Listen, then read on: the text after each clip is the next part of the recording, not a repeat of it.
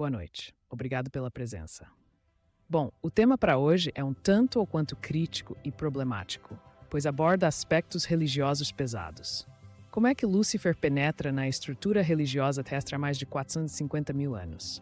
Como é que, ao longo da história da humanidade, vários semideuses extraterrestres de várias civilizações galácticas, os chamados anjos caídos, foram confundidos com Lúcifer, que por sua vez foi confundido com Satã ou a seita de Baal dos sumerianos? A Ordem do Dragão Negro surgiu na região central de Órion, na estela Rigel. Esta estrela representa o berço das raças reptilianas, os Dracos, formatados a partir de um propósito essencial: sobrevivência biológica, mental e emocional nas piores condições geológicas e ambientais de existência. Vejamos desde o início. O co-criador do nosso universo local, Nebadon, é Mika, Sananda Jesus. A astronomia afirma que a nossa galáxia, Via Láctea, está localizada no chamado quadrante das 21 galáxias, que é considerado uma zona de livre-arbítrio pelo comando estelar. Neste quadrante existe uma proposta evolutiva multirracial e multinacional, a outras, onde todos os filhos viventes têm o direito de aprender a ser co-criadores com Deus. Neste sentido, as mônadas superiores de escala maior, que dão origem ao nosso eu superior, manifestam-se através de um processo de encarnação por via da alma. Daí surge a fragmentação de almas e o primeiro arquétipo da alma gêmea, que passamos a vida a procurar e nunca encontramos. Então, neste quadrante das 21 galáxias, regido por Sananda Jesus, todos os seres cósmicos das hierarquias dos arcanjos, serafins, querubins, Elohims, etc., manifestaram o propósito de criar não um, mas vários protótipos existenciais. O nome de Sananda começou a tornar-se conhecido, substituindo a energia de Jesus, porque sempre que as pessoas se lembravam de Jesus Cristo, lembravam-se de Jesus crucificado. Por isso, foi necessário mudar esse conceito para uma visão de uma entidade alegre e carinhosa, mas é o mesmo ser. Segundo os escritos de recebidos por canalização, Nebadon tem cerca de 200 bilhões de anos. Mas, como tal, é possível se a astrofísica afirma que o nosso universo tem somente cerca de 15 a 22 bilhões de anos. Esse valor está correto, mas diz respeito à manifestação física, palpável, que os cientistas registram através de técnicas desse próprio plano físico, mas que não conseguem captar os outros cerca de 90% da matéria do universo. Qual é o maior enigma atual da astrofísica? É que os mais de 100 bilhões de galáxias já detectadas pelo telescópio espacial Hubble representam apenas de 8 a 12% da massa total do universo. Onde está o resto? Trata-se de uma energia invisível, que está além do plano físico.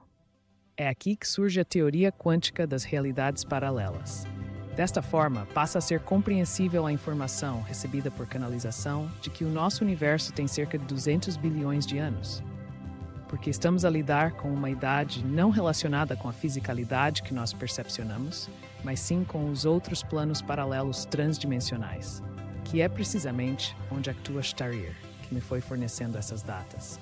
Mas afinal, como chegamos a Lúcifer? Quando essas 21 galáxias foram estruturadas, cada uma delas recebeu uma hierarquia administrativa que faria a gerência e a produtividade ao nível da qualificação e da quantidade das almas a serem distribuídas pelo processo evolutivo. Os famosos arcanjos foram distribuídos para fazerem a vistoria geral de cada galáxia, trabalhando com pequenas constelações onde iria ser colocado o projeto de vida. A responsabilidade pela zona chamada Braço de Órion ou Constelação de Órion foi atribuída a Lúcifer, o 37º arcanjo abaixo de Deus. Disse, inclusive, que é o arcanjo mais célebre da criação. A sua função era, pois, administrar e reger os processos evolutivos de todas as raças pertencentes ao braço espiral de Órion, ao qual nós pertencemos. Anágora é uma galáxia vizinha da nossa Via Láctea, situada a cerca de 355 milhões de anos-luz, mas tem uma regência diferente. Quando surgiu a frase cósmica, crescei e multiplicai-vos, ela foi aplicada a todas as partes do universo, sem exceção. Então, todos os seres das ordens espirituais começaram a procriar. O ser que equivale a Jesus, Sananda em Anágora, chama-se Anyotak. É um ser da ordem de Lanonadek, que habita a 5ª dimensão de consciência. A ordem de Lanonadek é uma ordem de co-criadores cósmicos extraterrestres com o poder de co-criar a nível genético. São os antigos deuses de que falam todas as escrituras, incluindo a Bíblia. Também ele, evidentemente, respeitou a instrução do pai. Crescei e multiplicai-vos. E começou a multiplicar-se naquela galáxia, que escolhera como seu centro de procriação. Mas descobriu uma coisa fantástica, extremamente interessante e muito profunda. Ele podia alimentar-se das emoções e das percepções dos seus filhos. Aniutak tinha descoberto uma fonte inesgotável de alimento, êxtase e autocrescimento. Portanto, esta era uma forma magnífica e diferente de co-criar, crescer e evoluir. E no início, os seus filhos sempre acabavam por regressar a ele, com todo o conhecimento adquirido através das experiências vividas ao longo do seu desenvolvimento. Já que a frase real não é crescei e multiplicai-vos, mas crescei, multiplicai-vos e regressai a mim. Mas o arcanjo Aniutak passou a esquecer-se desta última parte da frase e deixou de permitir que os seus filhos voltassem para a casa do pai. Esta é a grande diferença que separa Aniutak, galáxia Nagor, de Sananda, galáxia Via Láctea. Por quê? Maika foi bem claro quando deu este comando a todos os seus arcanjos. Crescei, multiplicai-vos e regressei para que juntos cheguemos ao Pai Maior. Por conseguinte, os co-criadores que acatam a frequência crística permitem que os seus filhos cresçam, despertem a sua consciência, ascendam, se fundam à fonte do Eu Sou e se somem na consciência crística Mahatma Búdica Universal para que juntos façam a transcendência cósmica para as esferas maiores. Essa é a chave. Mas Aniutak descobriu que isso podia ficar para mais tarde. Então começou a rebanhar raças e raças, limitando-as até a seta ou oiteta dimensão de consciência, impedindo-as de ascender. Com isto, criou uma sociedade altamente racional, com baixa intuição, para que as diversas raças não pudessem chegar à espiritualidade, ficando assim presas na famosa matriz de controle. Portanto, a matriz de controle não é da Terra, vem de fora, é cósmica e tem milhares de anos. Então, os seres que estão ao serviço da proposta de vida da Aniutak, não reintegração na consciência crística, acreditam e atuam com base naquilo que, para eles, é real. Embora esses seres atuem de uma forma que para nós é indevida, comportam-se de acordo com o que acreditam ser a verdade e crendo que somos nós que estamos errados. Quando nós conseguimos compreender essa forma evolutiva, torna-se mais fácil aceitar o comportamento de um ser não confederado, não filiado na Confederação Intergaláctica.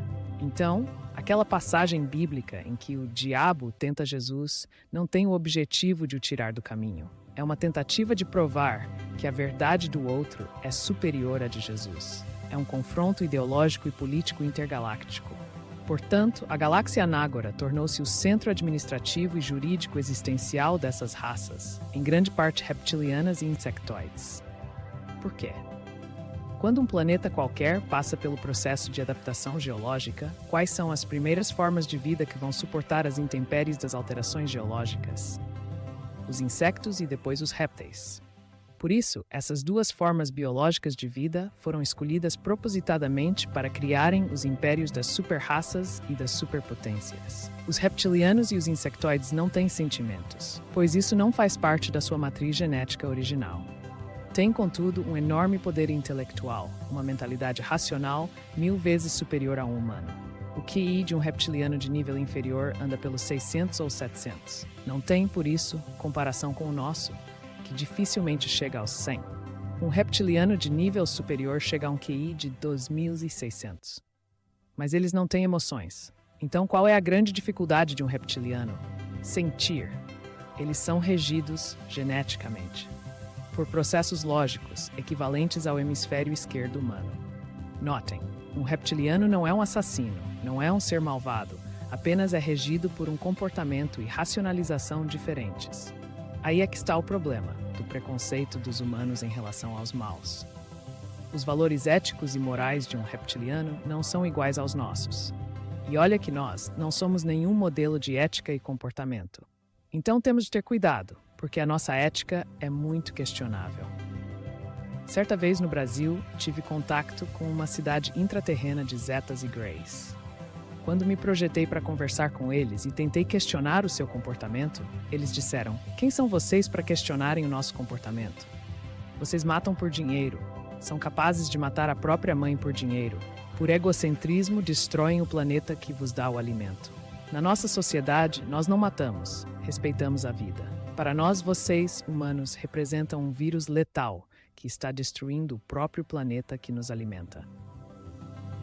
Se refletirmos sobre o que eles disseram, verificamos ser verdade. A nossa sociedade tem destruído o corpo da Mãe Terra. Matamo-nos por bens materiais, não respeitamos a vida. Por isso, estamos nesta situação mundial que continuará enquanto a nossa consciência não foi despertada e realinhada. A posição deles é bem interessante, apesar de serem considerados não confederados. Mas é só porque sua ética é totalmente diferente do conceito crístico, o regresso à luz. Então, há mais ou menos 16,7 bilhões de anos, na nossa Via Láctea, Lúcifer, juntamente com uma regência de seres da ordem Lanonadek, dá início ao projeto de plantar vida no universo astral, de 5D a 6,9D, que com o tempo e a instabilidade magnética da Via Láctea, viria a cristalizar-se nos níveis mais densos de 1D a 4D. Isto, é claro, não aconteceu de um dia para o outro. Demorou alguns milhões de anos. As primeiras formas de vida a cristalizarem-se no nosso braço de Órion, o nome correto é Constelação de Satânia, de onde derivou o nome de Satã, que entra na história mais tarde, foram as formas marinhas, os insetos e os répteis. A forma reptiliana, surgida em Órion, com cerca de 713 espécies distintas, começa a cristalizar-se fisicamente, como nós entendemos este conceito, há cerca de 14,3 bilhões de anos. O centro desta manifestação ocorre nas estrelas Shaula, Gareb, Spica e Antares, que é a estrela mais brilhante da constelação de Escorpião. Também temos outras formações na constelação de Draco, em Rigel, que foi o ponto mais importante onde se formou o grande império de Órion. Basicamente, o formato reptiliano e insectoide existe em quase toda a Via Láctea, por uma questão natural de sobrevivência. O arquétipo adâmico, como nós entendemos o Adão humano, começou a chegar ao nosso quadrante da Via Láctea, a nível telúrico, há cerca de 9,8 bilhões de anos. A sua cristalização física, 4D, só viria a ocorrer há 7,4 bilhões de anos numa estrela da constelação de Lira. Esse sistema estelar, muito próximo da estrela Vega, a 26 anos-luz da Terra, foi escolhido para manifestar a primeira experiência genética mista entre humanos e reptilianos para formar o famoso Draco, com cerca de 50% do padrão genético reptiliano e 50% do padrão genético adâmico, humano. Até aqui, o plano, coordenado pelo arcanjo Lúcifer, correu muito bem.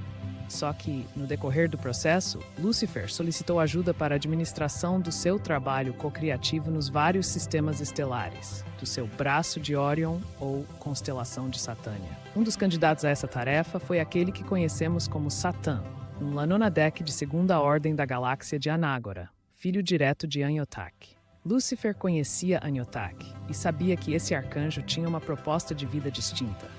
Mas, como havia um propósito semelhante para o grupo das 21 galáxias, achou que não havia inconveniente em chamar Satã. Quem esteve contra esta requisição? O arcanjo Gabriel. Ele foi o primeiro a perceber que aquilo iria dar alguns probleminhas, mas ninguém lhe deu atenção, porque o plano maior previa que no futuro, por maiores que fossem os problemas, tudo acabaria por se resolver.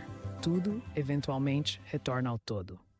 Desta forma, cosmicamente, foi permitido que Satã viesse da galáxia de Anágora para a Via Láctea, co-criar ao serviço de Lúcifer. Mas quem assinaria tudo o que fosse feito? Lúcifer. Qualquer borrada feita abaixo dele seria da sua responsabilidade. Então, o que é que fez Satã? Ele vinha de uma experiência de cocriação, na qual inseriu geneticamente nas suas criações entre 30% a 50% de negatividade. Desta forma, Aniotak, que se alimentava do campo energético emocional dos seus filhos, criava as condições para que em Anágora eles fossem altamente competitivos, se entregassem ao confronto, à competição e à sobrevivência. Lúcifer não valorizou esse pequeno aspecto e deu carta branca a Satã, que começou a inserir nos filhos de Vega, os Dracos, a mistura entre humanos e reptilianos. Uma composição genética de competição e de confronto, na ordem de quase 60% de negatividade, dando origem a uma sociedade altamente competitiva e guerreira. Assim foi colocada a primeira semente de guerra no nosso sector da galáxia. Todavia, não é em Vega, mas em Rigel que surge o grande Império de Órion, através da Ordem Draconiana, com um índice de negatividade mais baixo, mas também pela mão de Satã. Quando Lúcifer se apercebe do que estava a acontecer, reconhece um aspecto interessante nessa proposta evolutiva. qualquer alma que encarnasse naquelas raças iria experimentar ao máximo possível o seu potencial de cocriação, para o bem ou para o mal, o célebre livre-arbítrio. Naquela época, Lúcifer criara, por decreto, no quadrante de Órion, a reencarnação obrigatória dentro das diversas raças, o que significava que a alma aprenderia pelo sofrimento ou não, conforme as suas escolhas. Perfeito. Este processo kármico iria garantir a evolução de todos, sem perder de vista a reintegração crística. Acontece, porém, que, com o passar do tempo, Satã aliciou para junto de si muitos seres ligados à luz, que começaram a gostar da história de criar uma condição evolutiva onde ninguém mais ascensionasse, não reintegração crística, ficando presos até a sétima poité, doando o ectoplasma produzido no medo, na raiva, no confronto, no sofrimento e na ilusão, onde muitos dos atuais humanos ainda se encontram. Então, em termos telúricos, os famosos vampiros absorvem o ectoplasma gerado pelas nossas emoções negativas. Foi em decorrência deste processo que começou a surgir um império, que era uma cópia fiel de Anágora, regida pelo arcanjo Aniotak. Foi aí que a coisa saiu do controle e que começou o grande problema de Lúcifer, pois permitiu que tal situação acontecesse. Mas ele apostou na ideia de que aquele projeto permitiria uma via evolutiva muito mais refinada do que o padrão existente nas outras galáxias e dos outros universos. O mais interessante é que esta situação era do conhecimento do Conselho Superior Melquisedeque e do Conselho Voronandek. Por conseguinte, quando as pessoas tentam crucificar Lúcifer, há muito mais gente lá em cima que aceitou o desafio. Essa é a questão. No nosso quadrante, começam então a formar-se raças com alto poder competitivo, como a nossa sociedade terrestre ainda o demonstra. Assim, no decorrer dos processos evolutivos, surge a poderosa força astronáutica desse império e começam os problemas. O que aconteceu com a colonização europeia nas Américas e noutras partes do mundo é uma réplica do que aconteceu no cosmos.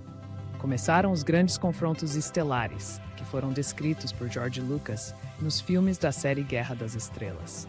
A Ordem de Jedi e a Ordem dos Sith são, respectivamente, a Ordem dos Cavaleiros de Metraton, conhecidos como os Cavaleiros de Maitreya, e os Cavaleiros da Ordem do Dragão Negro. Essas pessoas com poderes extrafísicos que dominavam o poder encarnacional existiam e formavam esses impérios. Então, no decorrer de milhares e milhares de anos, muitos impérios surgiram e caíram. Muitas guerras foram travadas. Muitas destruições planetárias de nível apocalíptico ocorreram. Entretanto, segundo o decreto de Lúcifer, as almas continuavam obrigadas a encarnar sistematicamente nas diversas raças para poderem evoluir. Então, o arcanjo Miguel, apoiado pelas hierarquias das fraternidades cósmicas, começa a inserir o projeto avatárico em cada uma dessas raças. Seres ascensionados da hierarquia superior predispunham-se a encarnar dentro de certas raças com o objetivo de despertar a consciência crística. Lúcifer apoia o projeto de Miguel e convida vários dos seus comandados para começarem a inserir nessas raças avatares da Ordem Lanonadek, com o intuito de despertarem a consciência dos seres através da via da religião. Lúcifer é uma entidade de nível vibracional de 17 a 19D que nunca encarnou em nenhum planeta e sempre orbitou como um arcanjo. A questão é que cada planeta de Satânia, criado pela Ordem Reptiliana, tinha um deus chamado Lúcifer ou Baal. É assim que o nome deste arcanjo começa a surgir como co-criador local, porque ele era a instância máxima do quadrante. 1. A hierarquia arcangélica trabalha o aspecto espiritual da evolução. 2. A hierarquia dos Elohims trabalha com a estabilidade atômico-molecular dos corpos, inclusive o físico. 3. A Ordem Lanonadek, Lúcifer, é a responsável pela fixação dos padrões de ADN, que cristalizaram a forma de vida material. São os geneticistas, por assim dizer. Então, como geneticista, o papel de Lúcifer era co-criar. Portanto, era ele quem assinava a documentação relacionada com esses projetos. É considerado o Deus criador em muitos planetas do nosso quadrante, porque na consciência desses seres, Lúcifer era o autor dos seus moldes biológicos. Por isso, em muitas das nossas religiões antigas, Atlântida, Lemúria, Suméria, etc., se fala de Baal e Lúcifer. Para toda essa gente, ele era o co-criador racial, era a regência máxima. Mas vejamos outros aspectos. À medida que cada planeta foi evoluindo e envolvendo-se com a proposta energética de Lúcifer, a população começou a criar um holograma dessa entidade na sua consciência e na do planeta. Da mesma forma que nós temos um holograma de Jesus crucificado, de Shankor, Germain e tantos outros seres que conhecemos ou de quem ouvimos falar, criado pelas nossas formas de pensamento, que projetam uma energia capaz de formar uma imagem na consciência, também os povos desses planetas criaram um holograma de Lúcifer, de acordo com as suas crenças. Isto originou um holograma multidimensional da consciência de Lúcifer, fragmentada na cultura religiosa de cada um desses povos. É aqui que começa o grande problema. Por quê? Muito tempo depois, a guerra chegou ao ponto culminante de destruir 7 ou 8 estrelas, com seus respectivos planetas e populações. Uma chacina absurda. É então que, pela primeira vez na história conhecida das nossas civilizações estelares, a Confederação Intergaláctica intervém através de Starir, de Miguel e outras hierarquias superiores, impedindo o confronto físico e pondo finalmente ordem na situação. Neste contexto, o que é que foi determinado? Todos os seres que tinham violado a primeira lei, não matarás, a segunda lei, ama o próximo como a ti mesmo, e a terceira lei, respeita o livre-arbítrio do próximo, foram encerrados numa grande barreira de frequência e chamados às suas responsabilidades, reiniciando o seu ciclo de reencarnações em 37 planetas de exílio, entre eles a Terra. Trata-se de um exílio temporário para, partindo de um novo ADN contendo a herança hereditária de todos os grandes impérios, acabar de vez com a competitividade. É assim que o ADN dos humanos terrestres possui uma carga hereditária das 22 raças cósmicas que se odiavam entre si por motivos religiosos, políticos, etc. Portanto, como a nossa alma durante muitas encarnações encarnou na raça reptiliana, que não podia ver a raça humana, foi obrigada a encarnar também como humana.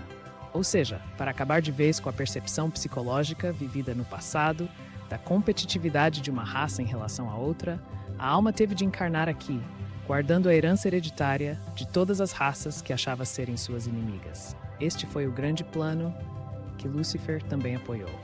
A verdade é que, no princípio, não se sabia até que ponto uma alma, com o ADN manipulado negativamente, poderia levar à sua maldade. Naquele momento da história galáctica não se conhecia o limite da maldade. Aliás, nem se sabia que a maldade era ilimitada. Por conseguinte, o problema existia porque Lúcifer apostou num projeto sem estar precavido, sem estar devidamente apoiado, até juridicamente. Lúcifer não sabia o que poderia acontecer. Era uma incógnita. Quando ele se dirigia ao pai, ele perguntava: "O que é que vai acontecer?" Micah não respondia. Não respondia porque nunca tinha estado aqui embaixo. Micah partia do princípio que uma alma divina provinha de Deus. Por mais que descesse até aqui para brincar a dualidade, sendo umas vezes boazinha e outras vezes mazinha, manter-se-ia num parâmetro de equilíbrio. Portanto, o desequilíbrio criado artificialmente por via genética por Satã e seus irmãos jamais cabia na cabeça de Sananda. Isso era algo impossível. Desta forma, Lúcifer nunca obtinha uma resposta do comando superior acerca do que eles achavam do projeto. É essa falta de comunicação que Lúcifer expõe nos seus escritos. O opositor do projeto foi Gabriel, pois a longo prazo, aperceber-se de que a coisa não ia ser tão fácil quanto se imaginava. Mas Lúcifer julgou que bastaria colocar uma barreira de frequência para limitar o processo. Ninguém imaginava que a coisa chegasse onde chegou e que as nossas limitações genéticas criaram uma bomba atômica emocional.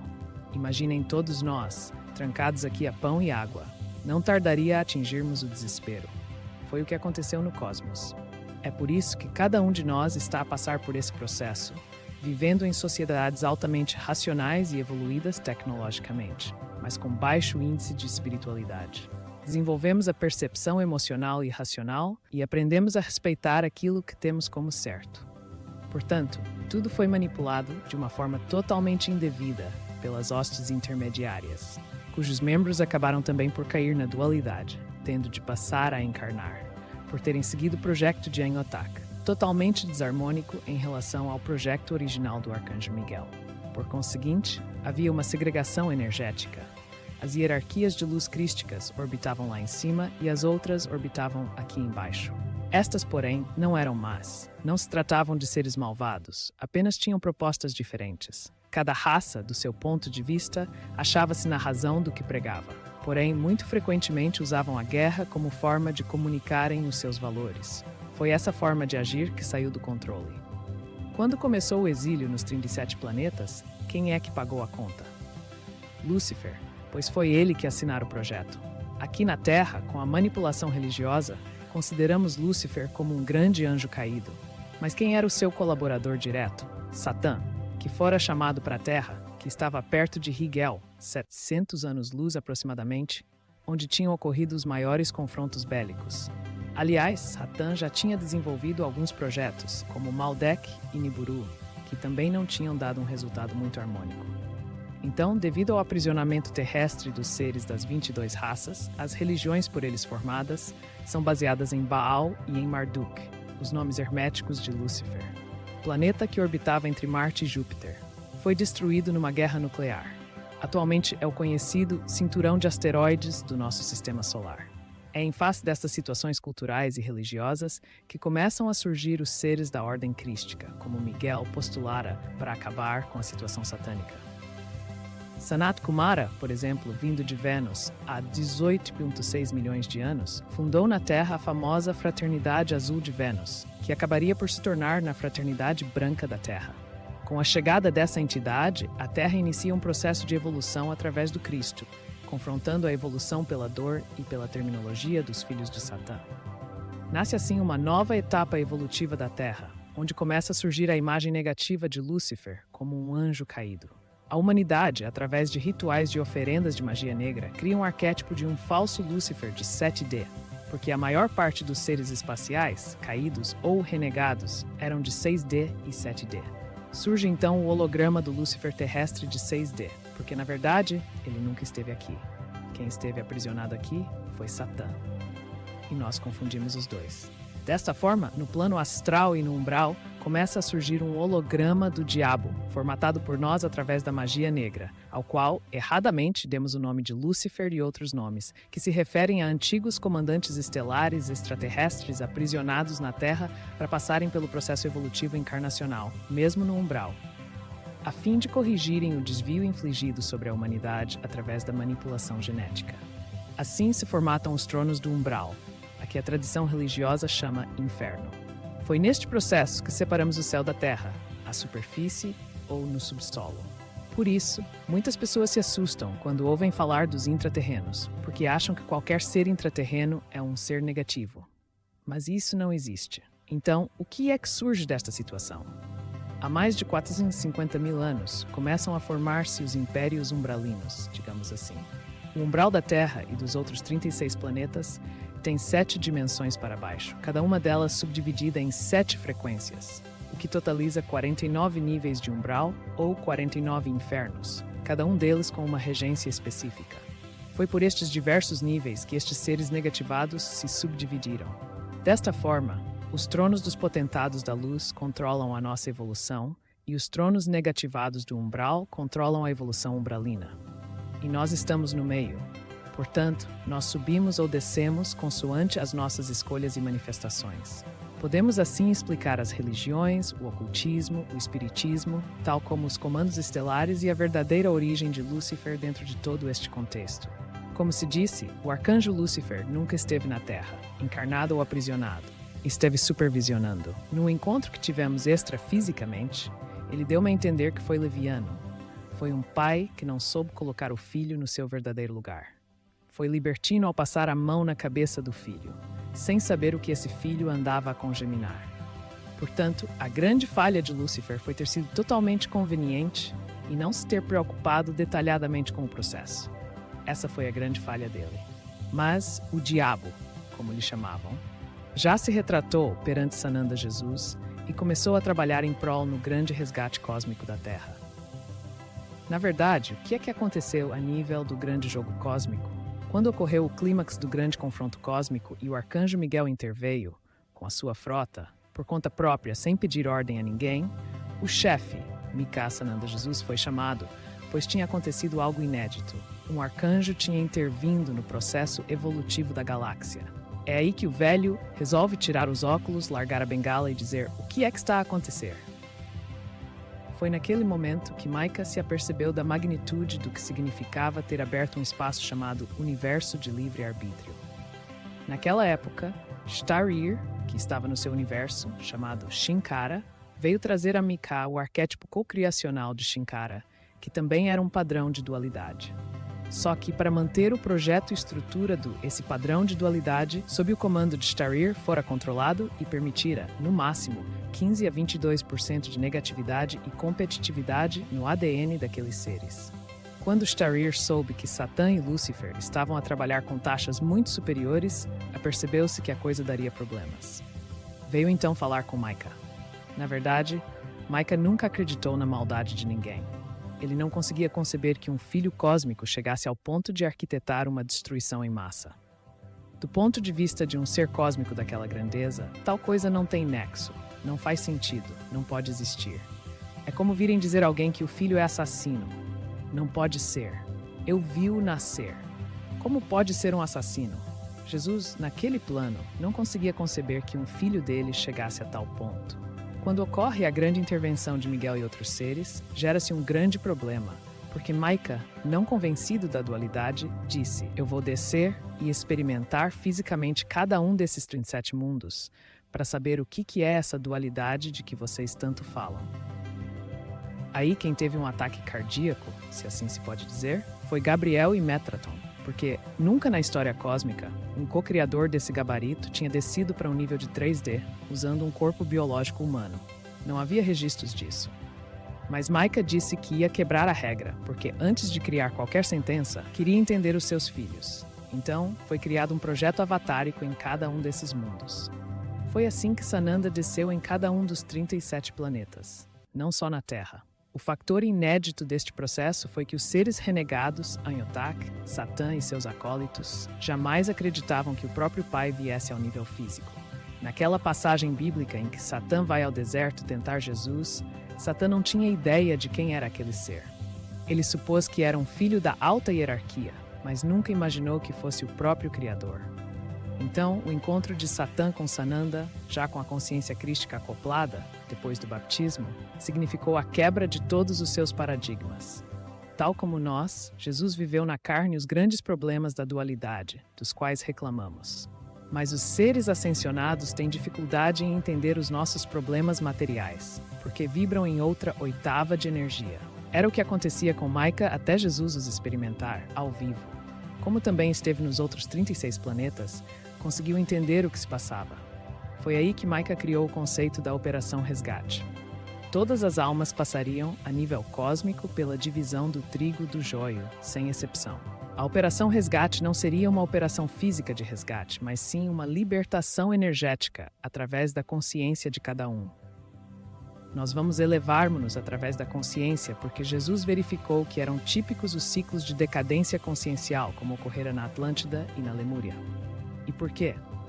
Porque quando os comandos estelares evacuavam o planeta, voltavam a colocar as pessoas aqui, uns tempos depois, sem terem aprendido nada. Por isso, o projeto foi alterado e vamos ter de despertar a consciência a partir dos próprios processos internos. Por essa razão, na convergência harmônica, foi declarado que a Terra não seria aniquilada numa terceira guerra mundial ou num cataclismo, como nós acreditávamos que iria acontecer.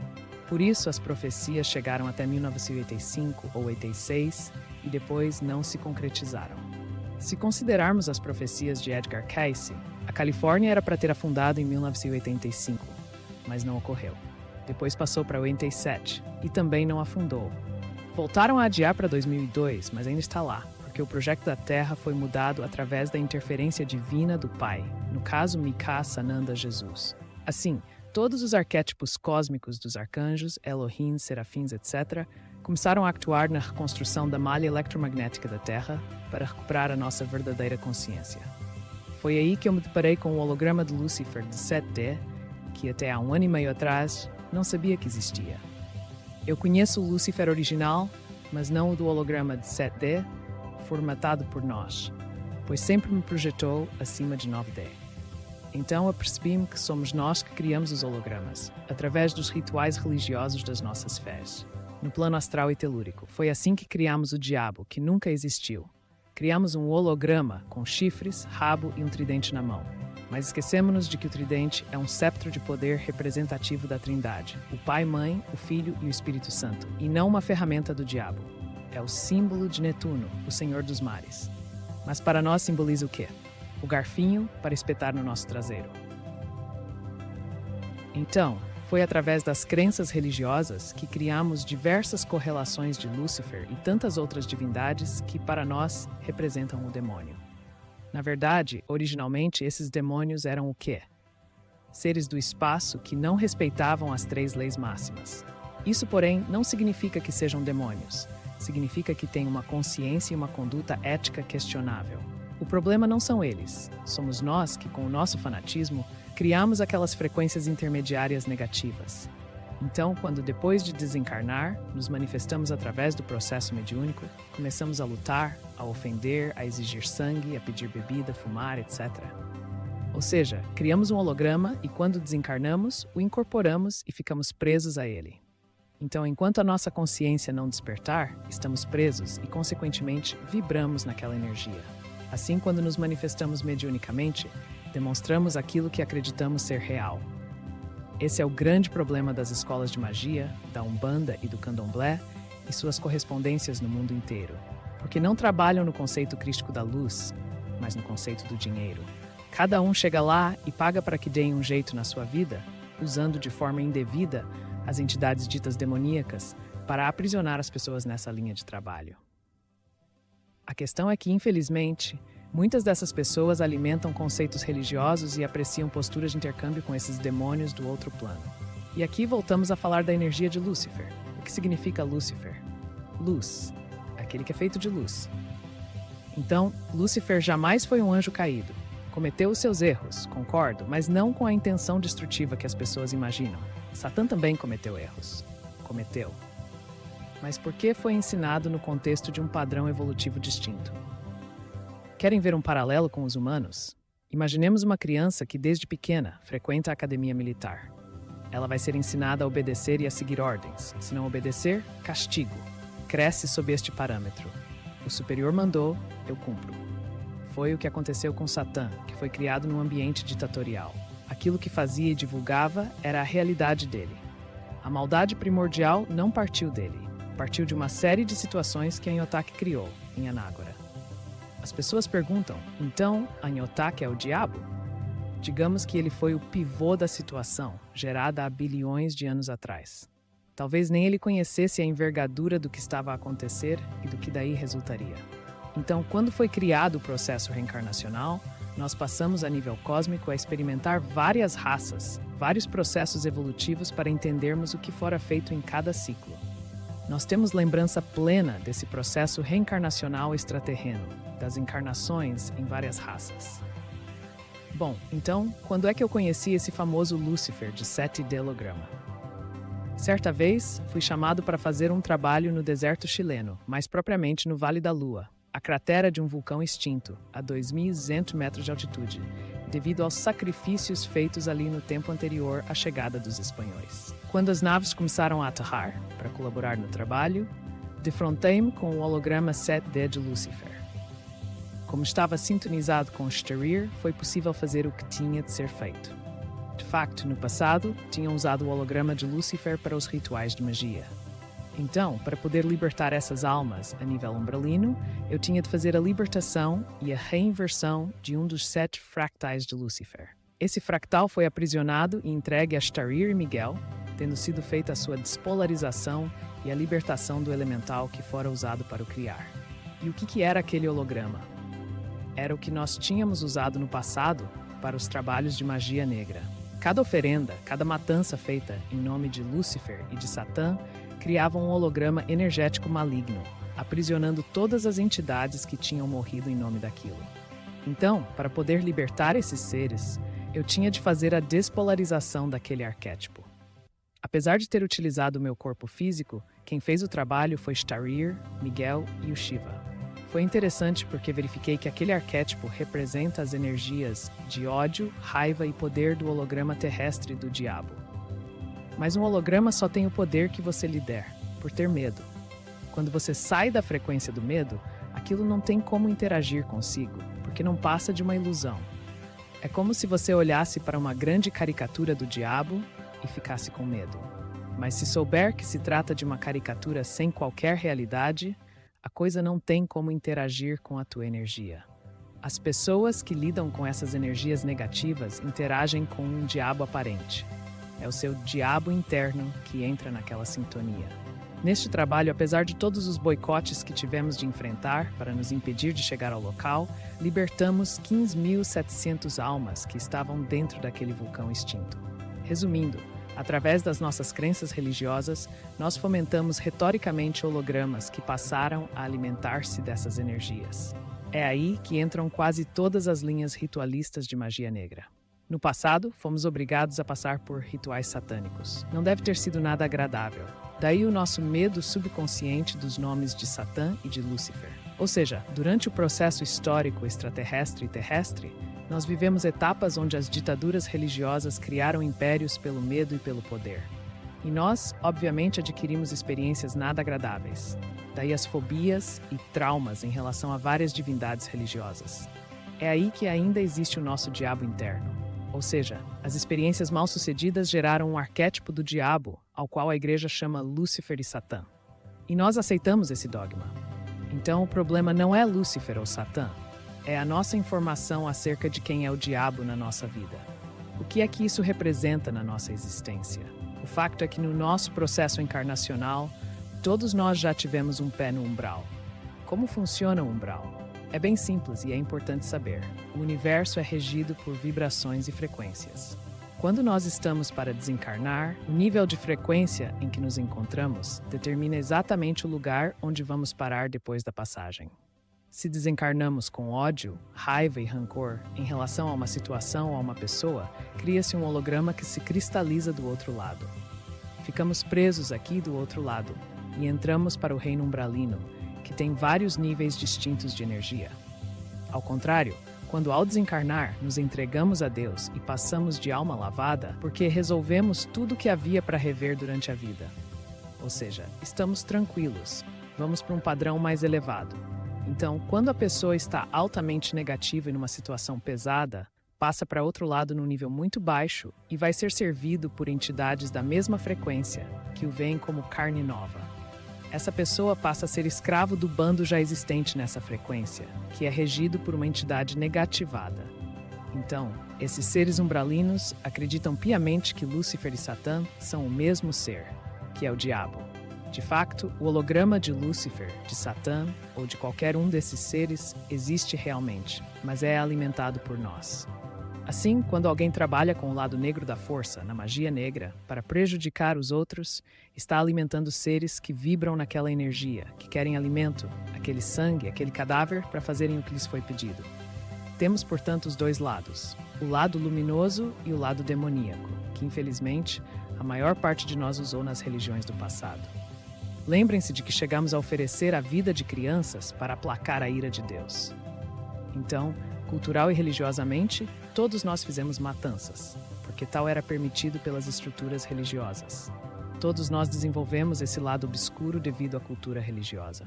Também temos de resgatar na nossa consciência planetária que, basicamente, é o respeito pela vida, o respeito pelo próximo. Foi essa falta de respeito que desencadeou as grandes guerras estelares. Cada vez que desrespeitamos a vida, criamos um karma. O nosso passado encontra-se com o nosso presente, e a Terra está passando por um salto quântico estelar, e temos de nos libertar do passado, da raiva, da culpa, do medo. Só que muitas vezes, o medo provém de experiências extrafísicas de confrontos passados, algo que está armazenado na memória quântica celular. Assim, precisamos entender que no meu passado, por exemplo, devido a uma crença religiosa ou racial, eu achava que tinha de matar todos os dracos porque eles não prestavam. Ainda hoje, na nossa sociedade terrestre, estamos em guerra por causa de disputas religiosas, sociais, econômicas e militares. As pessoas ainda se agridem por causa de times de futebol. Então, o despertar de consciência diz que temos de perdoar. Mas perdoar a quem? A nós mesmos. E o que é que eu tenho de perdoar a mim mesmo?